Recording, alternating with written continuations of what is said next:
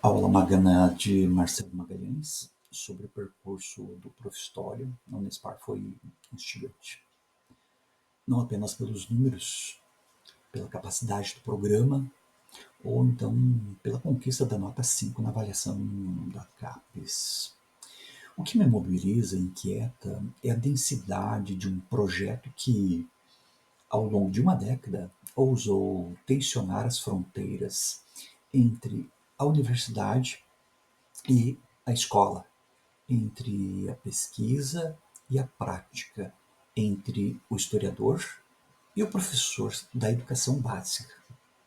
Ora, este é, sem dúvida, um feito político, intelectual e pedagógico que merece, sem dúvida, ser celebrado. Mas é também, e talvez sobretudo, um convite a pensarmos criticamente sobre o que significa formar professores em história hoje. A reflexão é esta provocada pelo nosso coordenador, Federico Cavana. Pois bem, o Profhistória é mais do que um programa de pós-graduação. Ele é como um laboratório de experiências, de deslocamentos e de reinvenções do próprio ofício docente. Eu vejo que a sua força reside exatamente naquilo que, historicamente, foi visto como uma fragilidade, ou seja, a centralidade do cotidiano escolar como um lugar legítimo de produção de conhecimento. Ali, onde antes se dizia que não se fazia pesquisa, que a sala de aula, a escola pública, a periferia, emerge como um lugar, como um ambiente de um novo sujeito historiador. O professor que escreve, o professor que problematiza, o professor que investiga a partir das contradições de sua prática. Ocorre, no entanto, que essa virada epistêmica não está isenta de desafios. Ao contrário, ela escancara tensões estruturais que atravessam o campo do ensino de história e o próprio lugar da pós-graduação profissional. Se, de um lado, a proposta do Prof. História democratiza o acesso à formação continuada e descentraliza os polos tradicionais de produção do saber, de outro, ela também enfrenta a herança pesada de um sistema educacional historicamente hierarquizado. Afinal, que história é essa que chega às escolas? Que narrativas, que metodologias, que epistemologias se tornam possíveis ou impossíveis neste processo? Pois bem, o cenário descrito por Magalhães é revelador. Nunca tivemos tantos mestres e teremos também doutores em ensino de história. Nunca o Brasil formou tantos professores pesquisadores oriundos da educação básica, muitos deles enraizados em territórios inviabilizados pela lógica acadêmica tradicional.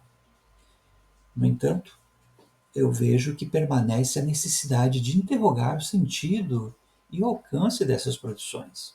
A história local, tema recorrente nas pesquisas dos alunos do Profhistória, é, ao mesmo tempo, uma potência e também pode se tornar uma armadilha. Potência porque reinscreve experiências, memórias, saberes marginais na cena pública do conhecimento.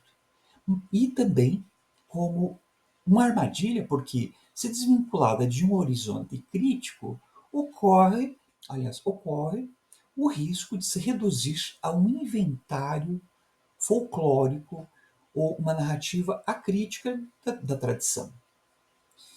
É neste sentido que ocorre, a meu ver, um dos maiores desafios do programa: como garantir que a valorização do local não se converta em um isolamento epistemológico, como promover pesquisas que, ancoradas no chão da escola, dialoguem com as grandes questões historiográficas, com os debates públicos sobre a memória, sobre a identidade, sobre a cidadania.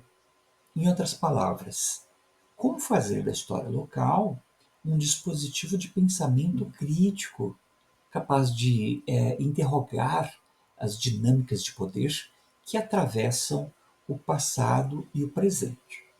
Ora, esse dilema não é exclusivo do Prof. História, sabemos muito bem. Ele atravessa o próprio campo do ensino de história, sobretudo em tempos de políticas educacionais ambíguas, que ora reforçam a disciplinaridade, ora dissolvem as disciplinas em áreas de conhecimento imprecisas. O Estado, como bem aponta Magalhães, é múltiplo, é fragmentado e por vezes contraditório.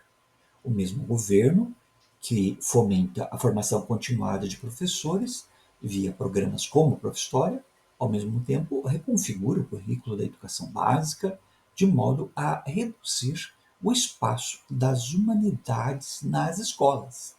Mas é exatamente nesse cenário de complexidade que reside a potência política do professor.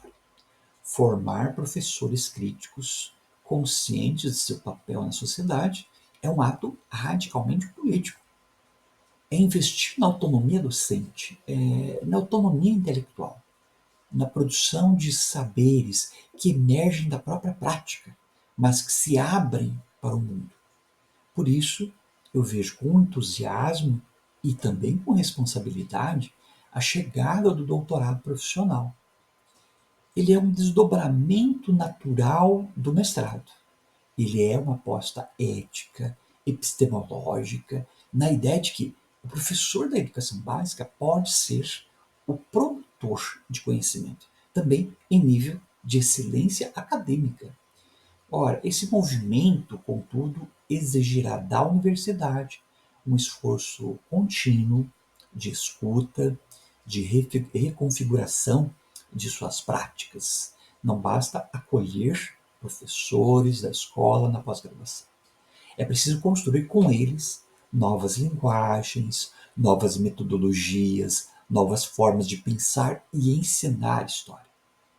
O Profhistória, com a sua rede nacional, seus múltiplos territórios e sua diversidade de experiências, aponta um caminho possível, mas esse caminho é ainda inacabado, aberto, instável, como deve ser todo processo genuinamente formativo.